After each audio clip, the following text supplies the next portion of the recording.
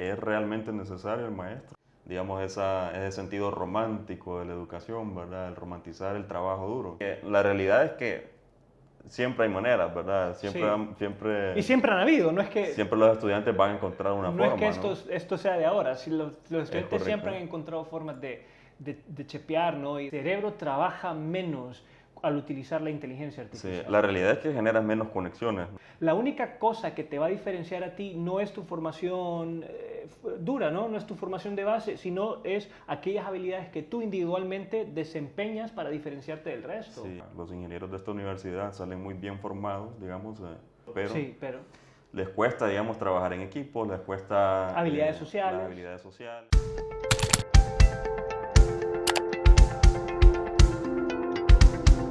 Mi nombre es Ricardo de León, soy neuropsicólogo clínico, director de NEPSA Honduras y docente universitario. El día de hoy estoy con mi queridísimo amigo Víctor. Gracias por recibirme, Ricardo. Mi nombre es Víctor Paz, soy psicólogo clínico educativo. Trabajo en un centro llamado Metáfora con niños y jóvenes. También soy docente universitario de la Facultad de Psicología de la Universidad Nacional Autónoma de Honduras en el Valle de Sula.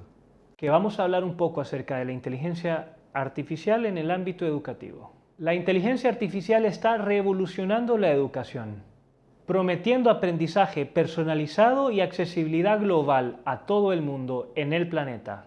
Pero plantea una serie de desafíos. Si bien la inteligencia artificial tiene muchas ventajas, también tiene muchos riesgos.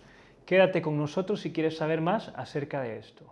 Entonces, vamos a empezar un poco hablando de qué es la inteligencia artificial, ¿no? Entonces, la inteligencia artificial se ha definido un poquito como un circuito de modelado de lenguaje avanzado y bastante grande, que lo que hace básicamente es que tiene la capacidad de codificar lenguaje, ¿verdad? De acuerdo a unos algoritmos de razonamiento lógico que funcionan como una especie de red o de circuito de conexiones, ¿verdad? Que funcionan de manera de retroalimentación. Esta retroalimentación le permite ir aprendiendo y volverse más preciso con cada vez que interactúas con el sistema. Entonces, básicamente ese es el modelo de inteligencia artificial. Sí, efectivamente es una rama de la informática que facilita la gestión del conocimiento.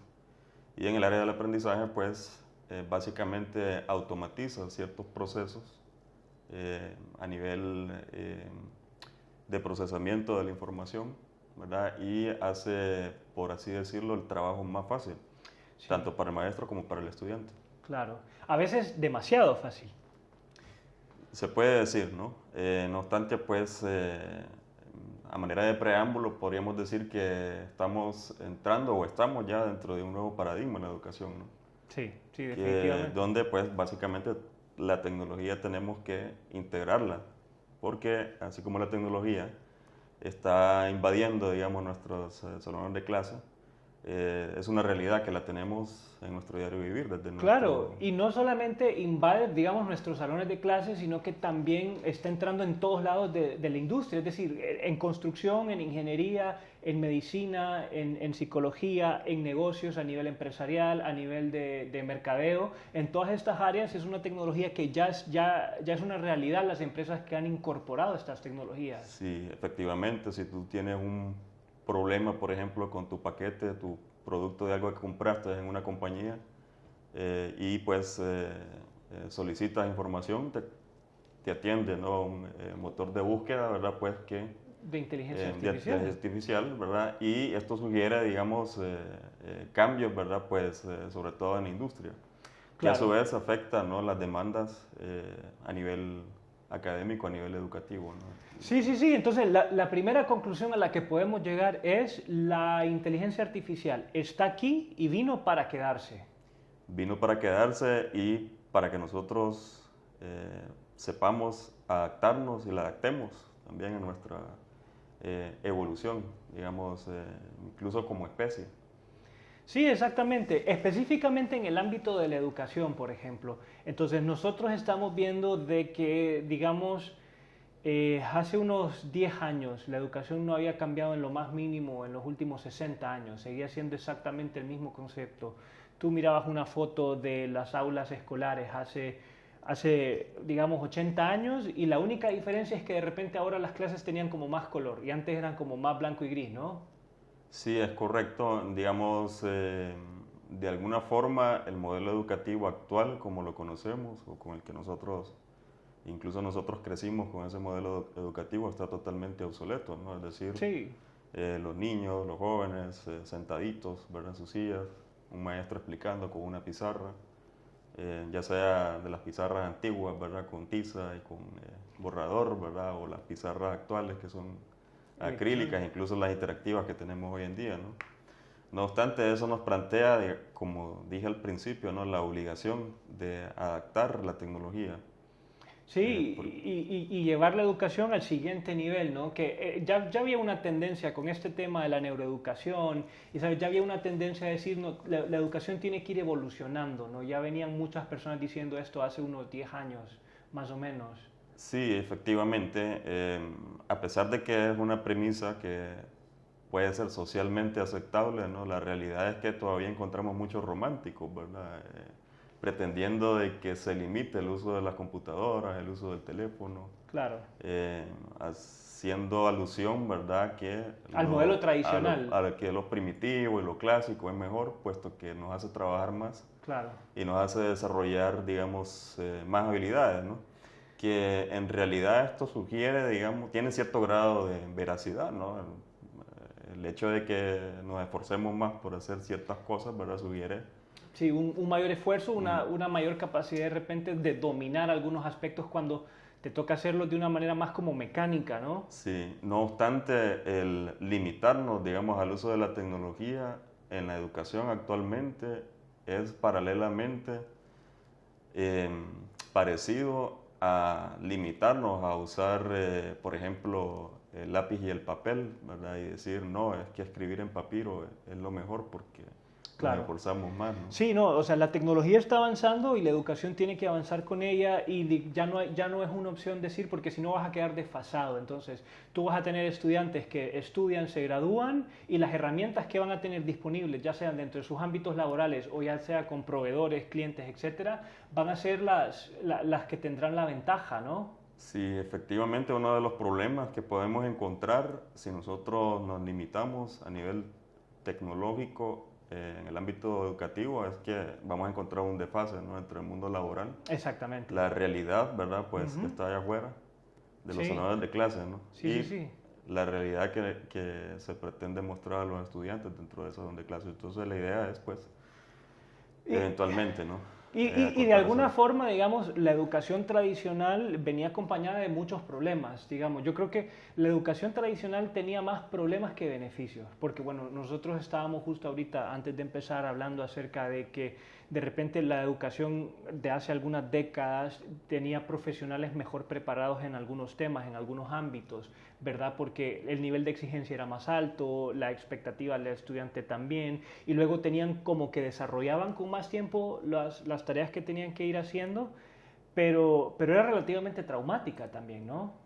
Sí, digamos, de cierta manera el modelo clásico o tradicional hacía mucho énfasis, ¿no? En lo rutinario, en lo memorístico, Y repetitivo, lo repetitivo, lo procedimental, ¿verdad? Entonces, claro, por ejemplo, vos valorás un buen abogado en función de cómo memoriza el la, código, los códigos, ¿verdad? O un claro, médico, cómo internaliza, digamos, muchos conceptos de anatomía, ¿no? Y claro, todo claro. eso, pero la realidad es que sobre todo con las herramientas que ahora nosotros tenemos en el mundo laboral, digamos, eso No es tan necesario, no sí. es tan necesario, ¿no? Estamos en eso, porque la accesibilidad a la información, esa necesidad de memorizar anterior, la accesibilidad a la información que tenemos ahora, ya no te obliga a tener eso, porque puedes tener un concepto, digamos, más preciso, es más fácil que lo busques en el momento con el teléfono que tienes en la mano en todo momento, ¿no? Entonces, esta cuestión a nivel educativo, que muchos estudiantes, especialmente aquellos que les costaba el tema académico, era como, maestra, ¿y esto para qué me va a servir? Bueno, es decir, si nosotros lo vemos desde un punto de vista práctico, ¿no? Probablemente sea una interrogación muy válida, ¿no? No Claro, obstante, nosotros que trabajamos En docencia. En docencia, ¿no? Y a nivel clínico, terapéutico, trabajamos bajo los principios de la neuroplasticidad. Sabemos que el cerebro necesita ejercitarse, ¿no? Necesita Claro. generar nuevas conexiones y esas nuevas conexiones solamente se generan con el trabajo, ¿no? Claro. Entonces, de alguna forma, el hacer que un niño haga operaciones, suma, resta, por ejemplo, en matemáticas, suma, resta, O multiplicaciones, factorizar, divisiones. por ejemplo. Ese es el que yo siempre digo. Hasta el día de hoy no estoy seguro para qué sirve factorizar. No obstante, el llevar esos procesos, digamos, supone una demanda, digamos, bastante grande para el cerebro, ¿no? Y sugiere desarrollo de muchas conexiones, ¿no? Sí, Eso, digamos, es hasta una pregunta filosófica, ¿no? ¿Qué es lo esencial, digamos, y claro. qué es aquello que es esencial de aprenderse, ¿no? Sí, Porque, sí, pero yo creo que ahora más que nunca, con estas nuevas herramientas que están teniendo, están obligando al docente a contestar esta pregunta de una manera más certera, justo por lo que decíamos de la falta de necesidad de memorizar, la falta de necesidad. Ahora creemos que, digamos, que lo que se llaman soft skills versus lo que son hard skills, ahora soft skills están cada vez ganando mayor relevancia porque, digamos, y en el mundo laboral esto tiene mucho sentido, porque si tú lo ves, hay muchos ingenieros, hay muchos químicos, hay muchos doctores, entonces la única cosa que te va a diferenciar a ti no es tu formación dura, ¿no? No es tu formación de base, sino es aquellas habilidades que tú individualmente desempeñas para diferenciarte del resto. sí, efectivamente, casualmente estuve conversando con un amigo ingeniero, me comentaba que pues él tiene a su cargo otros ingenieros en un equipo de trabajo y hablando precisamente de la formación en una determinada universidad, él me comentaba, los ingenieros de esta universidad salen muy bien formados, digamos, en la parte semántica, ¿no? Claro. Tienen bastante conocimiento, pero Sí, pero les cuesta, digamos, trabajar en equipo, les cuesta habilidades las sociales, habilidades sociales, ¿verdad? inteligencia emocional, Gestión, creatividad. digamos, la parte de liderazgo, ¿no? Y ese es uno de Claro. los problemas que estoy viendo, me comentaba él, ¿no? Entonces, eso nos plantea la pregunta, una de las preguntas trascendentales en educación, ¿verdad? ¿Qué es lo esencial de enseñarse? Digamos, es decir, Claro. perdemos tiempo, por ejemplo, digamos, aprendiéndonos los manuales técnicos de determinada carrera, ¿no? O, como vos decís, O son ¿no? herramientas útiles. O como vos decís, ¿verdad? Pues habilidades más de tipo socioemocional, ¿no? Que Claro. de alguna forma nos puedan ayudar mejor en el ámbito, sobre todo en el ámbito laboral. Pues algunos teóricos los que están sugiriendo, la vez pasada hicieron un estudio que me llamó mucho la atención. Entonces, mira, lo que hicieron es que agarraron un panel como de profesionales, ¿verdad? Y eran clínicos, eran profesionales de la salud. Entonces, el panel de profesionales iba a recibir recomendaciones clínicas, una parte de inteligencia artificial y la otra de otros profesionales. Y en la primera parte del estudio hicieron un doble ciego, que básicamente para los que no saben qué es un doble ciego significa que las personas que estaban evaluando en el tribunal no sabían de dónde venían las respuestas, cuáles eran inteligencia artificial, ¿Cuál era? cuáles eran profesionales, ¿no? Y entonces los puntuaron de tal manera en base a eso. Y lo que encontraron es que el porcentaje más grande, la inteligencia artificial llevó a tener una mejor puntuación. Pero eso no es lo interesante, o sea, lo estamos viendo que la inteligencia artificial puede hacer mejores recomendaciones clínicas que un profesional de la salud. Pero eso no es lo interesante. Lo interesante es que en la segunda parte del estudio quitaron el doble ciego, entonces el tribunal sabía de quién venían las respuestas. Y adivina, en ese caso, ¿a quién le dieron una mayor puntuación? Me imagino que a los profesionales. A los profesionales, exactamente. Y eso es un sesgo al final del Claro. día. Y entonces se trata como qué es lo que realmente tenés que enseñar entonces. Y Sí, estas tecnologías van a cambiar drásticamente estos conceptos. sí, de alguna manera no confías tanto quizás en la máquina, ¿no? Por así decirlo. Claro. Aduciendo de que la máquina carece de alma, ¿no? Ujú. Carece de sentimientos o carece O de inteligencia, en realidad, bueno, si la conceptualizamos. si la conceptualizamos de esa forma, ¿no? Pero en ese sentido, ¿no? Tendríamos nosotros que también valorar el componente empático, ¿no? Que conlleva las relaciones humanas, ¿no? Es decir, la relación entre trabajadores, la relación entre maestro y alumno, ¿no?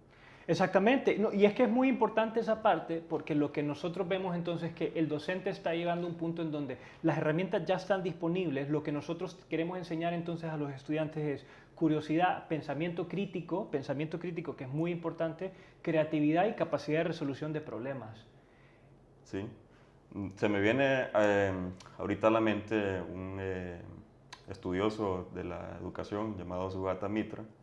Sugata Mitra era un investigador, es un investigador, él a principios de los años 2000 se le ocurrió dejar una computadora en una zona, digamos, rural y aislada de la escasos India. Recursos. De la India, ¿no? Él era de, creo que de Nueva Delhi, ¿verdad? De la India. Entonces, a él se le ocurrió simple y sencillamente qué pasaría si a estos niños pobres y letrados, ¿verdad? Evidentemente que no tienen, que no han sido alfabetizados, les dejo una computadora, me voy y regreso y a ver qué pasa. Pero ¿se la dejó a los chicos o la dejó así como tirada? La dejó, digamos, como en un parque, debajo de un árbol, pegada. De hecho, el experimento se llama un hoyo en la pared, ¿no? La dejó pegada en una pared. Ah, ok. Entonces se podía usar ahí, pero no la podían llevar. No se la podían llevar, okay. Correcto, ¿no?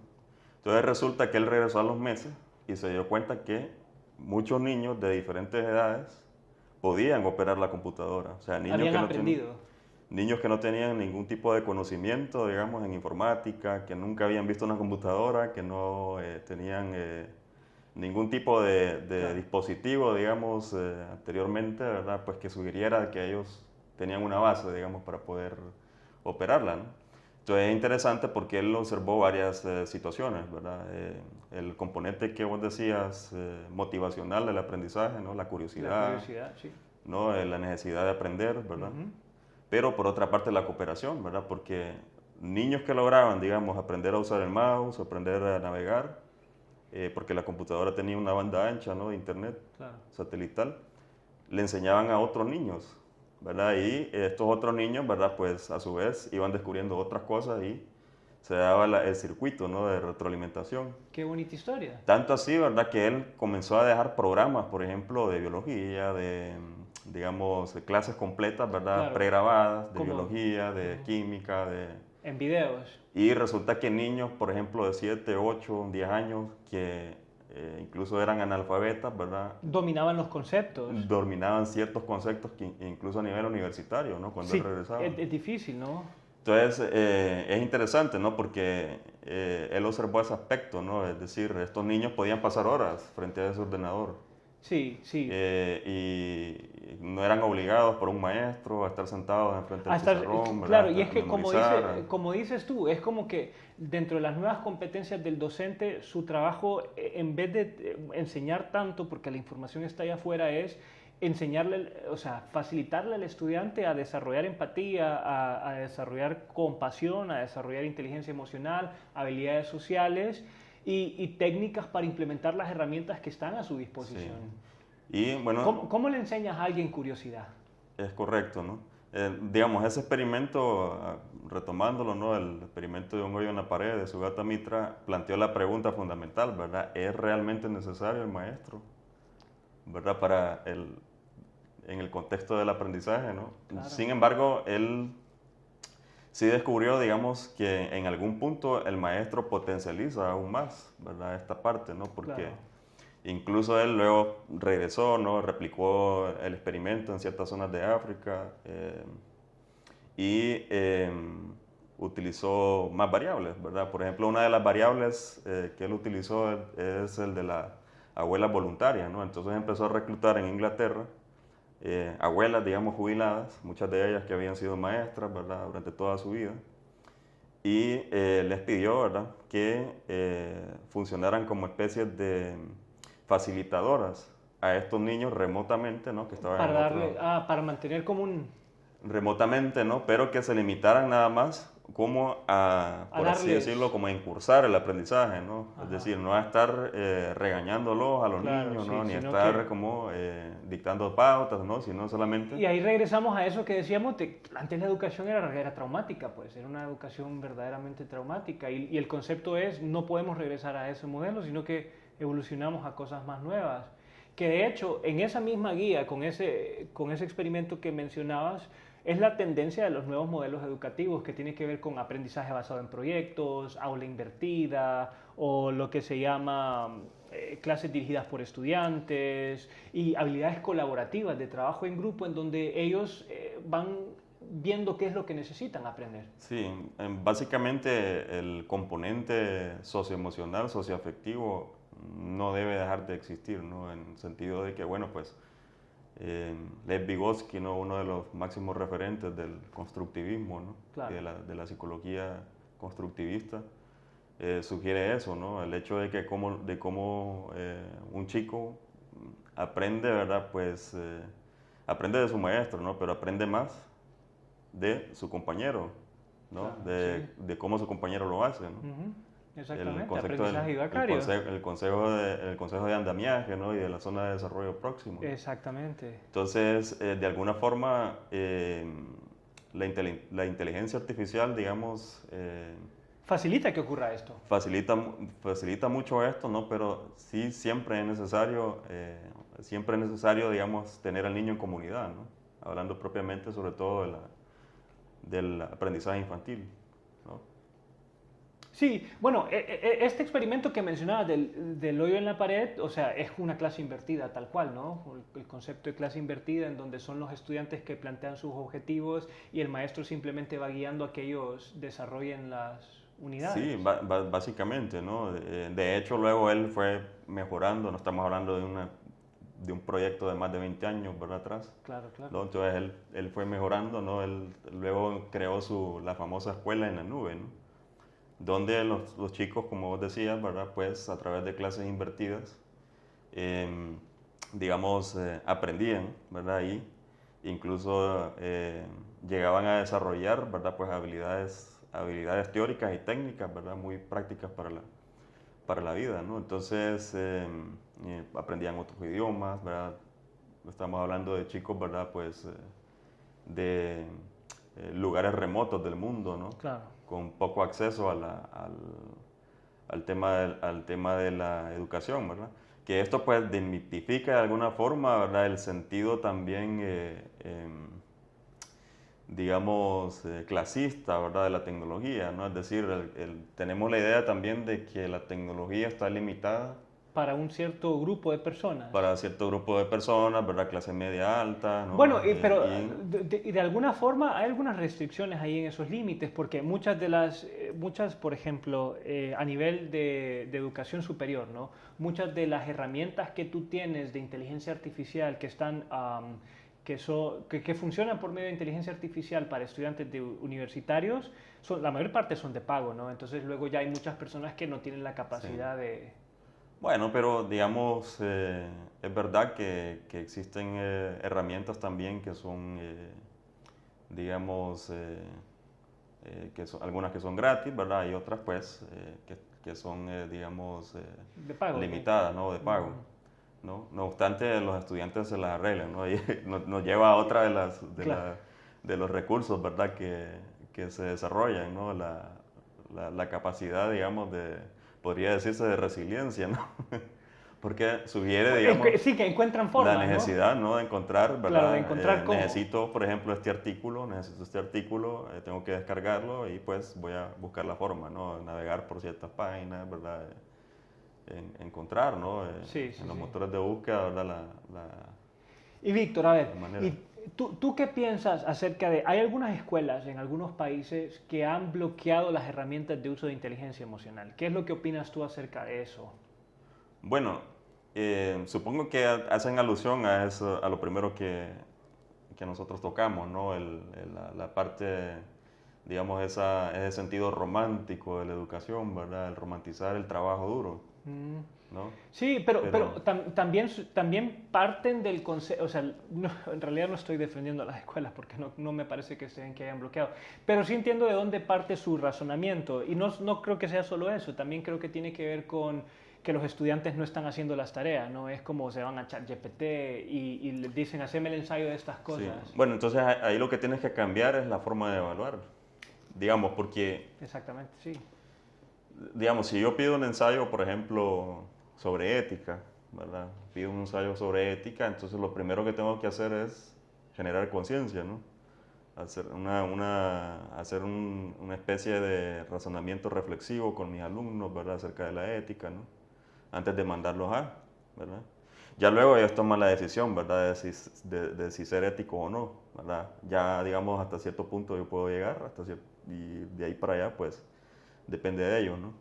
Entonces, luego hay formas, ¿verdad? Por ejemplo, ok, me hicieron un mapa conceptual muy bonito, está genial, ¿no?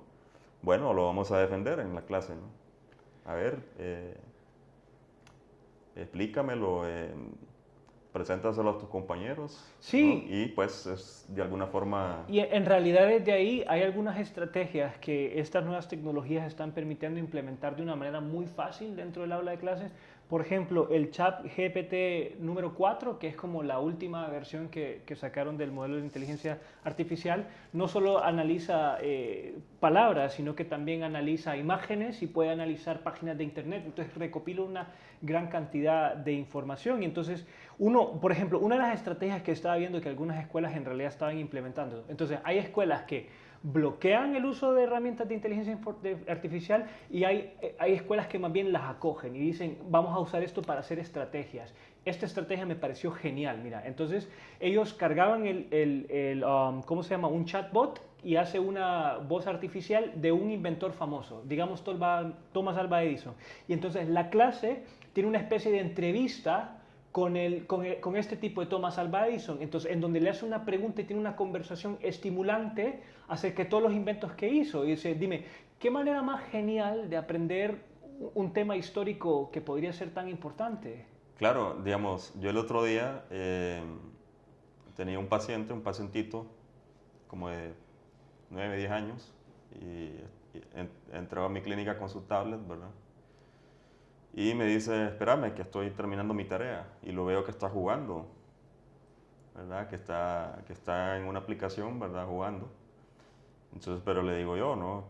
Pero no estás haciendo tu tarea, estás jugando. No, no, no, claro que sí, me dice. Y me muestra, ¿no? Y era una aplicación que utilizaba, digamos, de manera muy lúdica, ¿no?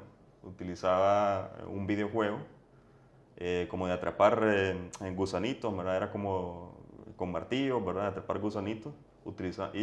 Para hacerlo tenía que usar la matemática, ¿no? Entonces, es interesante, ¿no? Porque, Claro. digamos, pese a que mantenemos ciertas ideas arcaicas, ¿verdad? Con respecto como decíamos al principio, con respecto a la tecnología, el uso de la inteligencia artificial, los videojuegos y todo esto, ¿no? La realidad es que, pues, digamos, si no puedes vencer al enemigo, únetele, ¿no?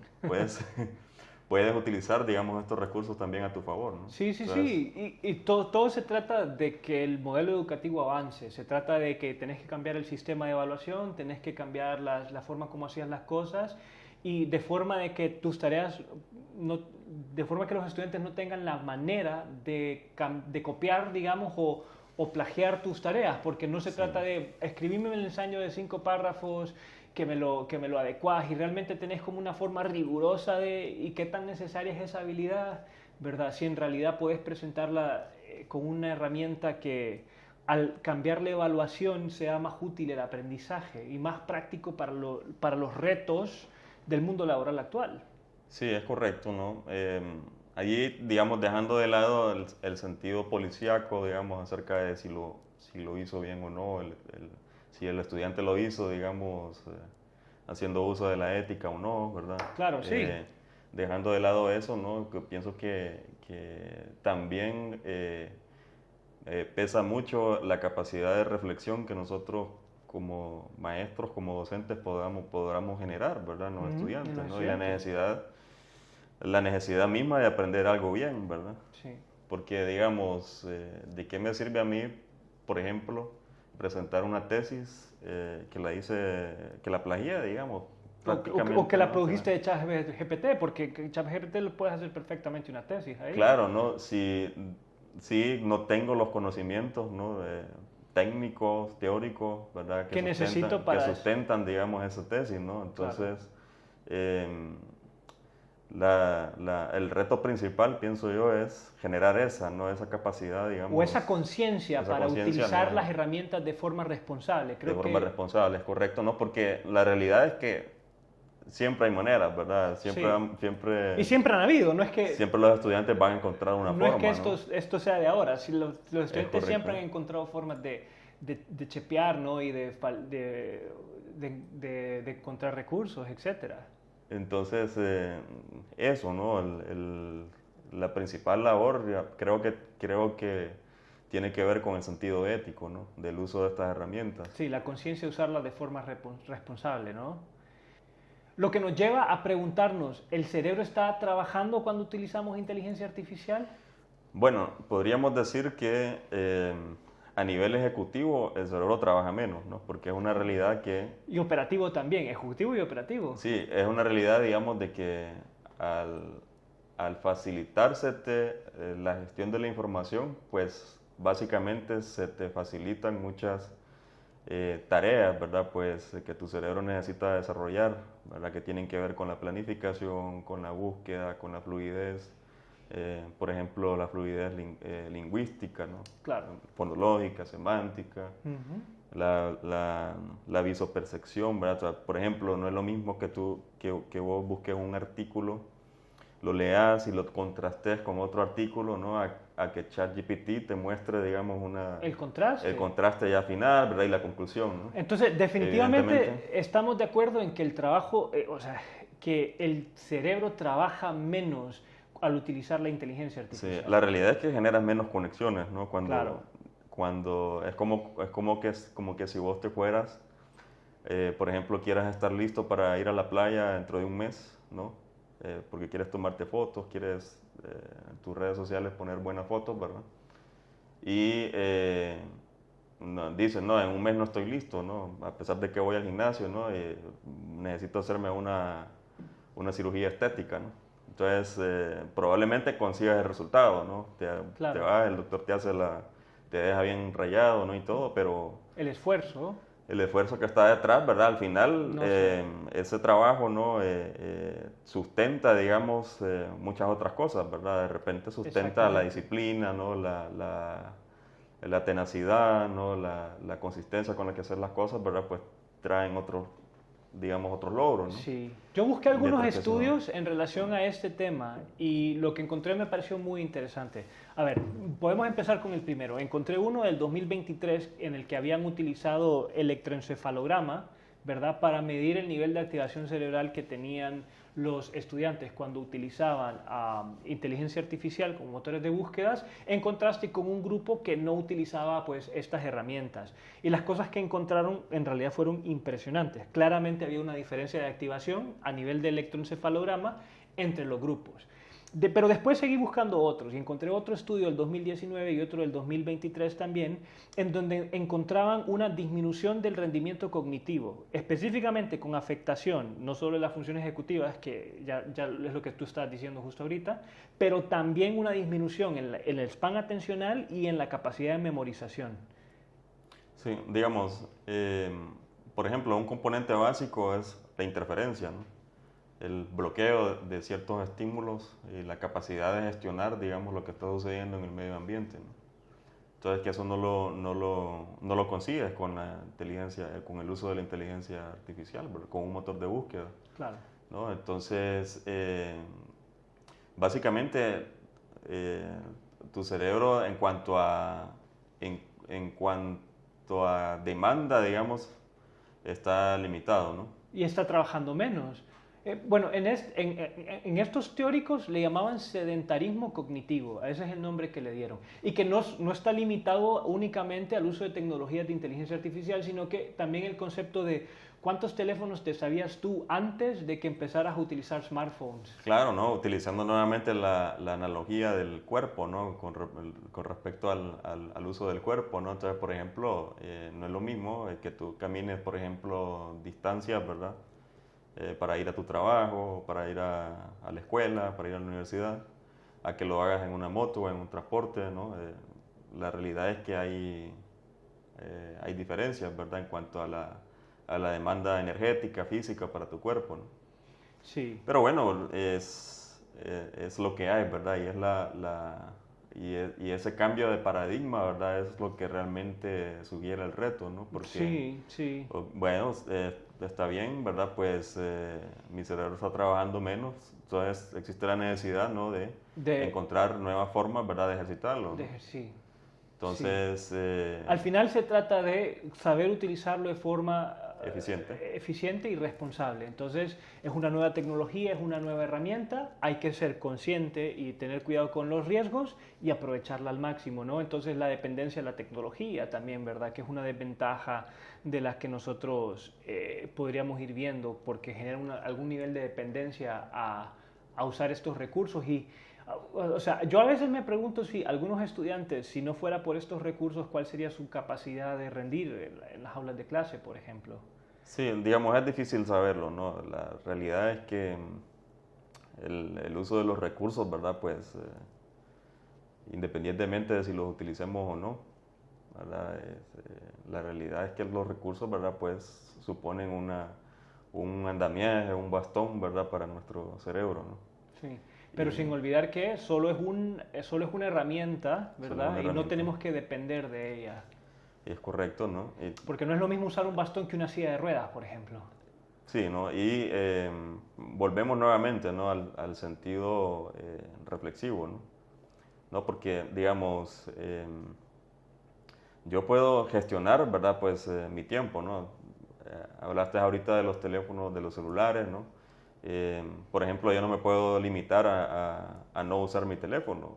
Lo uso para gestionar, digamos, mis pacientes, ¿verdad? Para organizar mi agenda y todo, ¿no? Si yo no utilizara el teléfono, por ejemplo, pusiera un teléfono fijo, que yo creo que ya nadie tiene, ¿no? Un teléfono fijo. Creo que nadie tiene. La cuestión fuera un poco más complicada, más difícil. No, hay gente que no le gusta llamar por teléfono. Entonces... Tuviese yo que contratar a una secretaria, ¿no? Y te ves atrasado a lo largo del proceso porque no te mantienes en la vanguardia, no te mantienes en la punta. Entonces sería un poco romántico yo el decir, ¿verdad? No voy a usar el teléfono porque me hace más lento, más tonto, más lerdo, ¿no? Entonces la realidad es que no, tengo que hacerlo, ¿no? Porque es parte ya es parte, ¿no? de la nueva era, ¿no? Entonces, sí, de la realidad en la que nos encontramos. Pero entonces yo me tengo que preocupar, ¿no? Por desarrollar tareas, ¿no? Que sugieran demanda para mi cerebro y que sugieran que mi cerebro cree nuevas conexiones, ¿no? Buscar... Sí. Yo creo que la recomendación entonces sería, la recomendación es, si eres maestro, tienes que ponerte las pilas y empezar a actualizarte en el uso de estas herramientas y ver de qué forma las implementas dentro de tu aula de clase. Y si eres padre, tienes que supervisar a tus hijos para asegurarte que el uso que tengan estas herramientas sean adecuados. Y si eres estudiante, pues el único que se daña eres tú mismo si no las usas de forma responsable, ¿no? Es correcto. Al final todo recae, ¿no? en ese sentido, digamos, práctico y pragmático, ¿no? De la educación, ¿no? La educación como un recurso, ¿verdad? Pues valioso para nuestro desarrollo personal, ¿no? Y para la sociedad. Y para la sociedad.